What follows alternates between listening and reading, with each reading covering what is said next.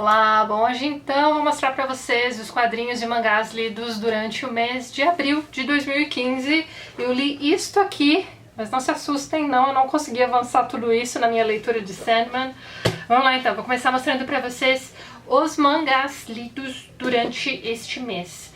Esse mês eu consegui ler 3 volumes de One Piece, vejam só vocês. Eu li então o volume 25, o volume 26 e o volume 27. Me dera ler 5, mas eu só consegui ler 3, gente, mas tudo bem. Vocês estão vendo que eu tô tentando, né, com muita fé, alcançar o volume atual do One Piece.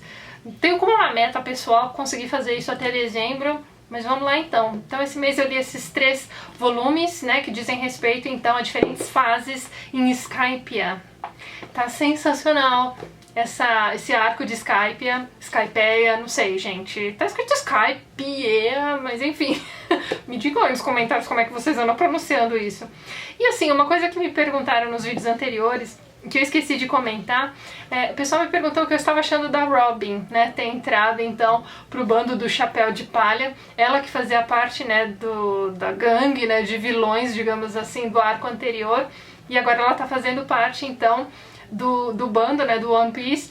E assim, gente, eu tô gostando dela por enquanto, né, não sei se ela vai, né, voltar às raízes dela de vilãzinha e tal, mas por enquanto ela tá bacana ali na história. Eu acho ela bem inteligente, bem contida, né, ela não tá, como é que eu vou dizer assim, ela não está brigando por espaço ali junto com a Nami, acho que as duas têm, assim, personalidades bem diferentes e tá bem divertido.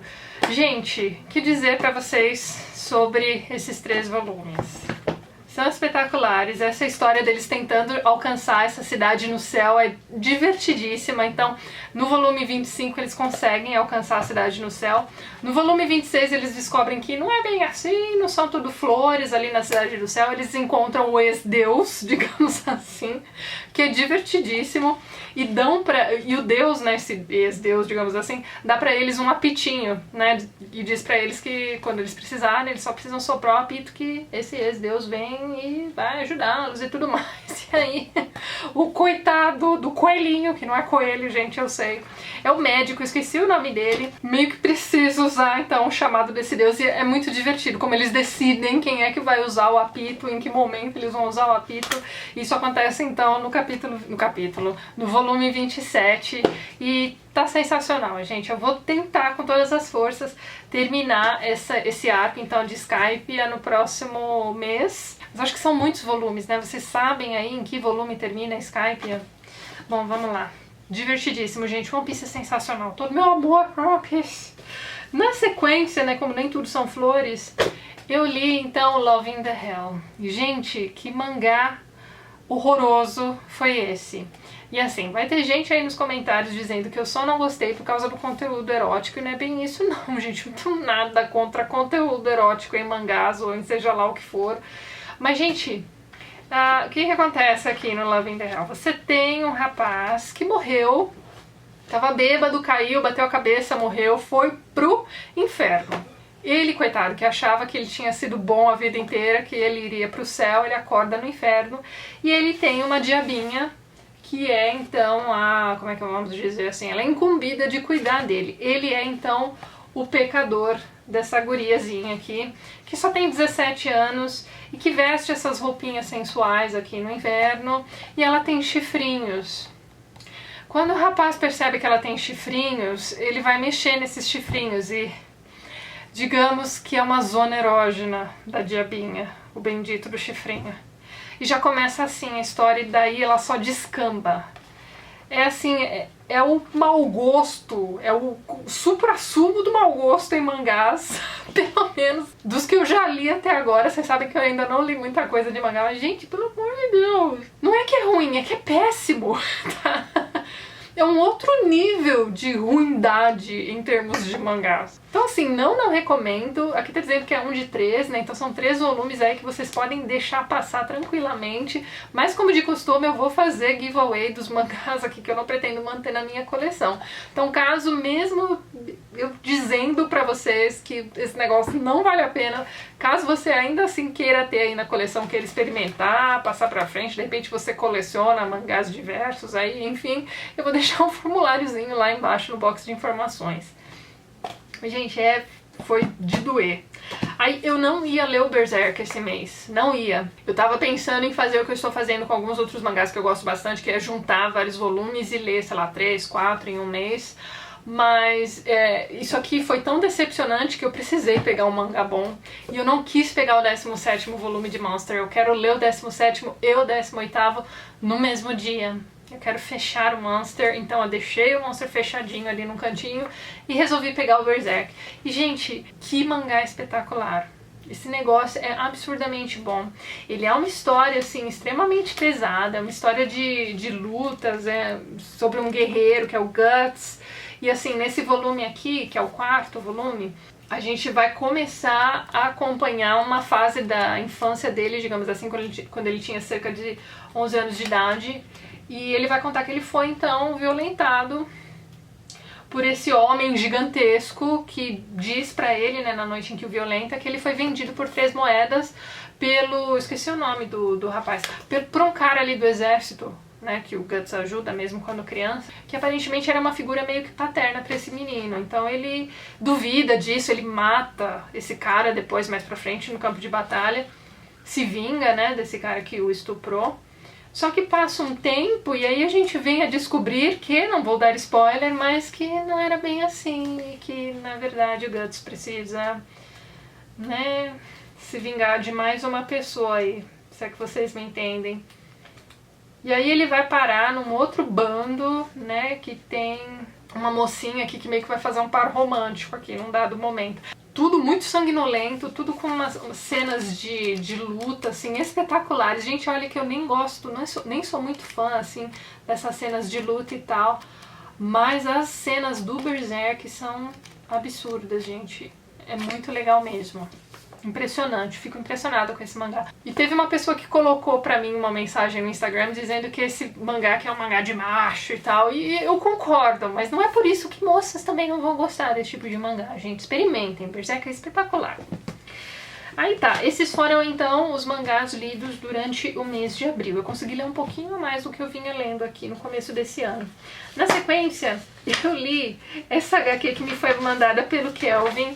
Ele escreveu uma historinha, então, com personagens dos booktubers, digamos assim. Então, somos eu, a Pan, o Bruno e o Eduardo, tá? Todos nós temos canais aqui no YouTube. E ele criou essa historinha de nós 4 presos numa biblioteca, né? Passa do horário ali de fechar a biblioteca, a gente tá lá.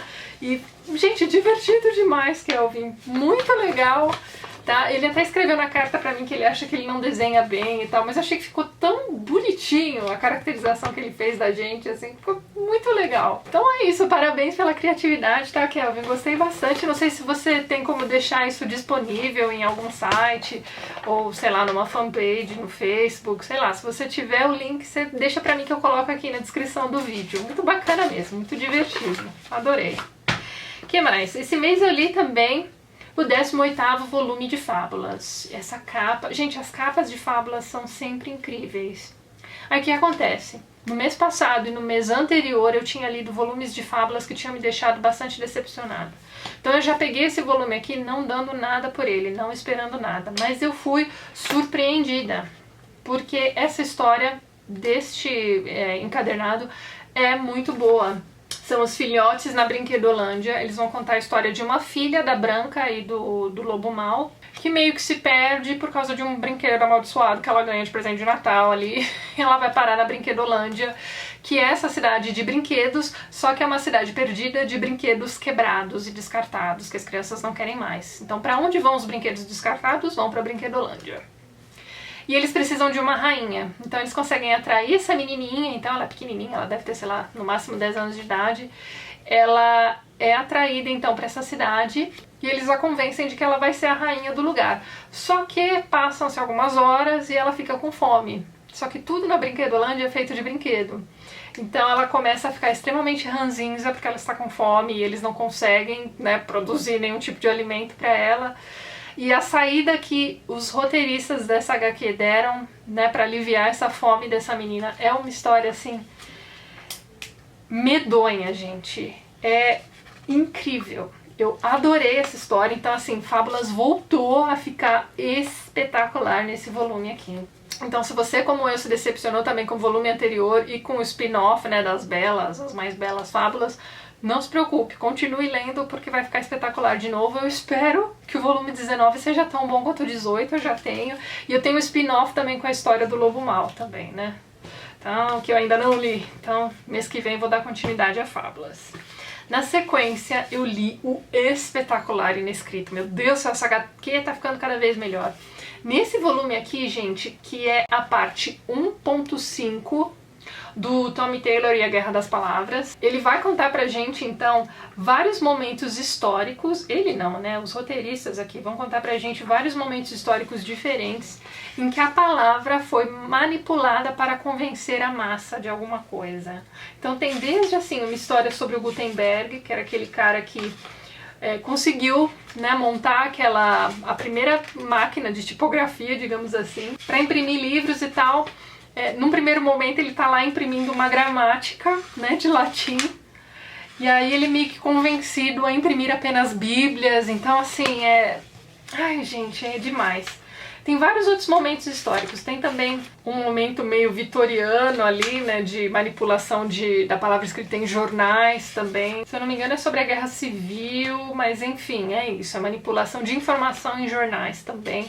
Tem também uma história sobre a manipulação de palavras, né, antes de existir a palavra escrita, a palavra falada também, aquela coisa do boca a boca, né, você vai mudando um pouquinho a história, você transforma pessoas em grandes heróis ou em grandes vilões, digamos assim. E eles sempre dão um jeito de encaixar o Leviatã no meio dessas histórias. É impressionante. Eles vão contar a história de uma menina também, que é abusada pelo pai e tal, mas que usa bonecos pra contar a história, e esses bonecos são meio que vuduzinhos, e enfim, ai gente, é uma história mais interessante que a outra, mas é tudo sobre isso que eu acabei de dizer pra vocês. Sobre a manipulação da história, digamos, história com letra maiúscula, né? Através da manipulação da palavra escrita. Até chegar aos dias de hoje, que é quando Tommy Taylor descobre aquele lugar em que as palavras estão sendo manipuladas por essa organização que quer modificar tudo, enfim, inclusive a história do próprio Tommy Taylor, a partir da deturpação de informações, enfim, gente, foi muito bom, apesar de ser um interlúdio apenas, né? Então acho que na próxima revistinha a gente vai continuar então acompanhando a história do Tommy. Interessantíssimo, gente, vale super a pena. E por fim, eu li uma história simplesmente espetacular de Sandman. Eu simplesmente não tenho memória dessa história, então provavelmente não foi lida por mim na primeira vez que eu li Sandman, porque eu achei incrível demais. Se eu tivesse lido, com certeza eu me lembraria, que é o Man of Good Fortune. É uma história em que Sandman e sua irmã Morte estão numa taberna lá na era medieval, e aí eles ouvem um bêbado dizendo que esse negócio de morrer é overrated e que ele não vai morrer não, simples assim. Que as pessoas só morrem porque todo mundo morre, então eu vou morrer também. Então ele decide que ele não vai morrer. Aí o Sandman ouve isso, fala, ah, tá bom, meio que faz amizade com o cara e diz assim pra ele, então tá bom, então daqui a 100 anos a gente vai se encontrar aqui nesse mesmo lugar. E é isso que acontece. Então a cada 100 anos o Sandman para tudo que ele tá fazendo pra ir visitar esse cara no mesmo lugar. E o lugar vai se modificando, né, ele era uma taberna e aí ele vai virando um restaurante, ele vai mudando de cara, vai virar também num dado momento ali um teatro, né, um lugar onde os artistas se... acho que a antessala, né, de um teatro, né, um lugar onde os artistas se encontram. Ele vai encontrar inclusive Shakespeare, e é muito engraçado o encontro do Sandman com Shakespeare, que ele vai se lembrar de que viu Sandman em algum sonho dele, uma coisa assim. Então, muito divertido, até chegar aos dias de hoje, digamos assim. Então assim, esse homem realmente faz um pacto com Sandman e ele não morre. E eles ficam se encontrando, então, a cada 100 anos. Eu achei essa história simplesmente incrível. E é muito legal, assim, a caracterização que os né, os artistas fizeram para cada uma dessas épocas, né, para cada um desses períodos históricos em que eles se encontram. Muito legal, gente, vale muito a pena, que história foda! Espetacular!